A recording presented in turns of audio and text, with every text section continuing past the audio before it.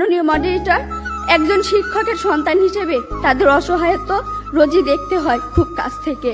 মাননীয় মডারেটর, গত ঈদে আমি যখন একটি ভালো পোশাকের জন্য কান্নাকাটি করছিলাম, তখন বাবা আমার হাতে কাগজ কলম ধরিয়ে দিলেন, আমার দিকে ছুড়ে দিলেন একটি গাণিতিক প্রশ্ন।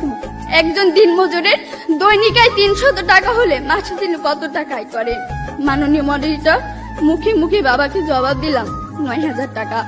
বাবা আমার কাঁধে হাত রাখলেন, চুলের মাঝে হালতো বিল্লি কেটে বললেন, মারে, তোর এই বাবা হাই স্কুলের শিক্ষক হিসেবে মাসে 8000 টাকা বেতন পায়।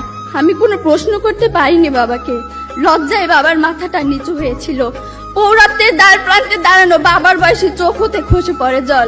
জানি না মাননীয় মডারেটর, আমার বাবার বয়সী চোখ থেকে খসে পড়া জল শিক্ষার মানকে কতটা টেনে তোলার যোগ্যতা রাখে।